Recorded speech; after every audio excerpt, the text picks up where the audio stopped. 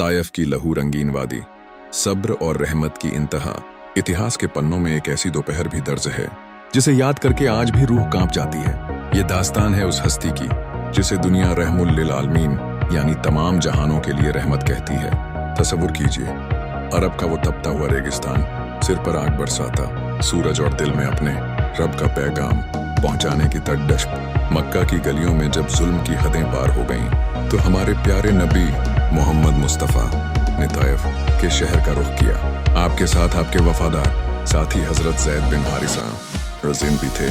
आपको उम्मीद थी कि ताइफ के लोग शायद हक की बात समझ लें, शायद वो खुदा की इबादत के रास्ते पर आ जाएं। लेकिन अफसोस, ताइफ की मिट्टी को कुछ और ही मंजूर था।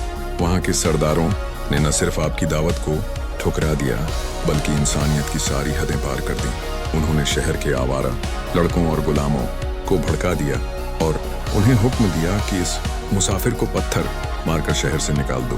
फिर वो खौफनाक मंजर शुरू हुआ। रास्ते के दोनों तरफ जाहिलों की कतारें खड़ी थीं। जैसे ही नबी करीम वहां से गुजरे, उन पत्थरों ने आपके जिस्म ए मुबारक को निशाना बनाना शुरू किया। पत्थर लग रहे थे, खून बह रहा था।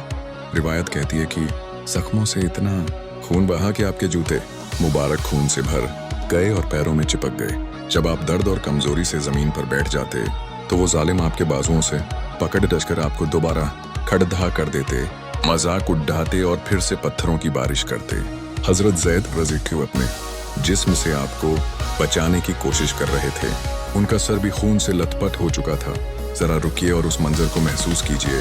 वो हस्ती जिसकी एक पुकार पर पूरी कायनात न्योछावर हो जाए, वो आज ताइफ की गलियों में लहूलुहान खड़ी थी। अंत में आपने एक अंगूर के बाग में पनाह ली। आपके हाथ दुआ के लिए उठे, लेकिन उन हाथों में अपनों के लिए बद्दुआ नहीं थी। आपने अपने रब से अपनी बेबसी का शिकवा किया, न कि उन लोगों की शिकायत। तभी अचानक आसमान के पर्दे हटे। जिब्राइल हाजिर हुए और उनके साथ पहाड़ों का फरिश्ता भी था। फरिश्ते ने गरजती आवाज में कहा, या रसूल अल्लाह, अगर आप हुक्म दें तो मैं ताइफ के इन दोनों पहाड़ों को आपस में मिला दूं और इस बस्ती को हमेशा के लिए मठिया मेट कर दूं। इन्होंने आपके साथ जो किया उसका बदला आज ही ले लिया जाएगा। यहाँ दुनिया ने वो देखा जो न पहले कभी देखा गया, न कभी देखा जाएगा। आपने अपने जख्मों के दर्द को भुला दिया, उस अपमान को भुला दिया और इंतकाम के बदले रहमत को चुना। आपने फरमाया, नहीं, इन्हें तबाह मत करो। अगर ये ईमान नहीं लाए तो क्या हुआ?